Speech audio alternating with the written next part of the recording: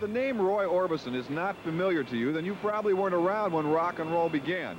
His dark glasses and his slick-back hair were rock and roll trademarks long before Elvis got into his black leather jumpsuit. And although he was never a teen idol like Elvis or the Beatles or Buddy Holly, there's no denying that Roy Orbison is one of rock and roll's living legends. Pretty woman walking down the street, pretty woman, the kind of like to meet, pretty woman.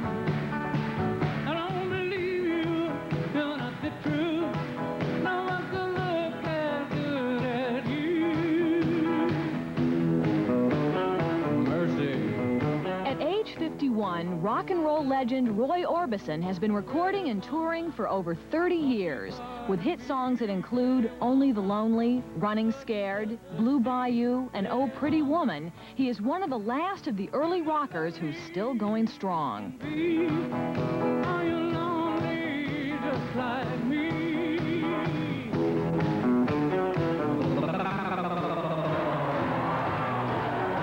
It started with me. I toured, and Buddy Holly toured, and Elvis toured, and just kept going.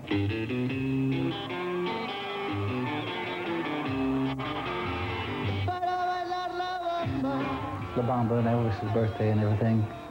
The era that I grew up in, it seems to be, it seems that just now it's really being appreciated.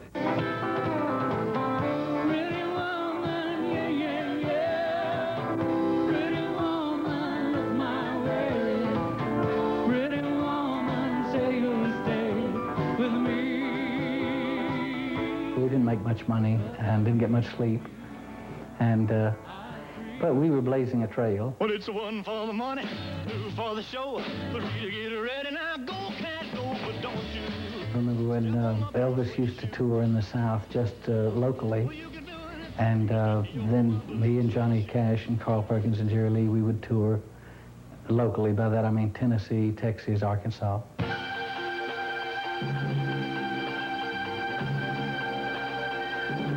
Then, as the business grew up, and as we grew up, I started playing England and Australia, Canada, and all over America.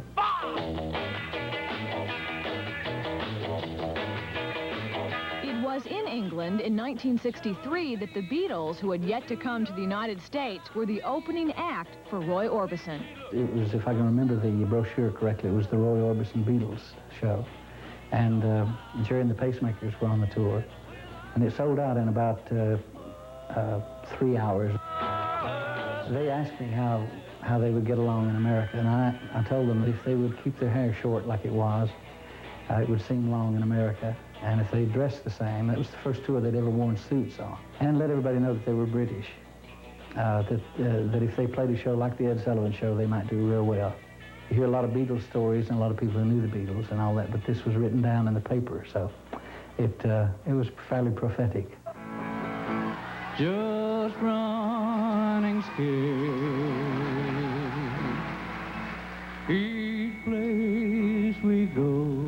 This past January, Roy Orbison was inducted into the Rock and Roll Hall of Fame. At the ceremony, Bruce Springsteen said that he carries Roy's records with him whenever he goes on tour.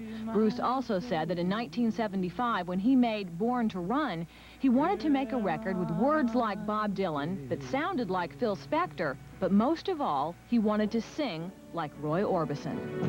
And my heart was breaking. Which one would it be?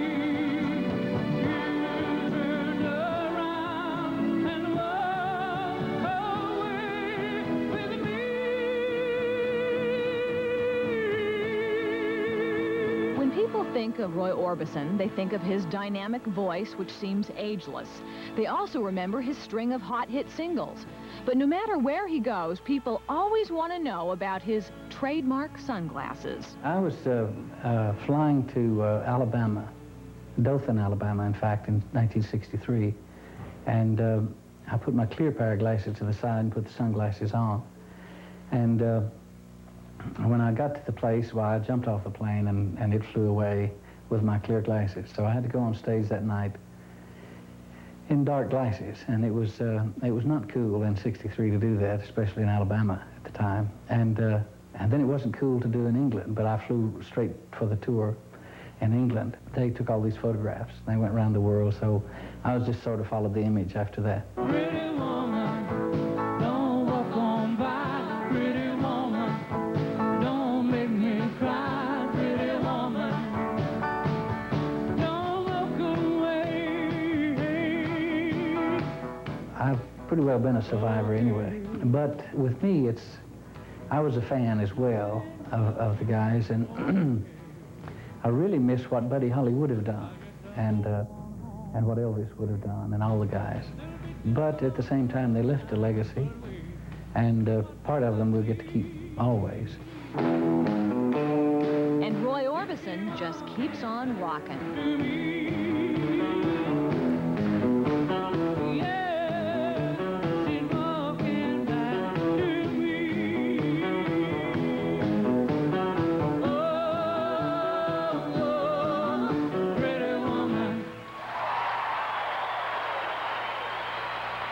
I got to tell you, Jan, I love Roy Orbison. The man is a great singer. Can you do a little imitation? Not in this hat, I can't. No. Not very rock and roll, is it? No, not very rock and roll at all. Maybe in France, the rock and rollers look like this. I'm not sure. Roy recorded 30 albums, the first one back in 1962. And his new album, which doesn't have a title yet, will be released in December. He also wrote the song In Dreams from the soundtrack of the movie Blue Velvet. Up next, more from the Orlando Baking Company.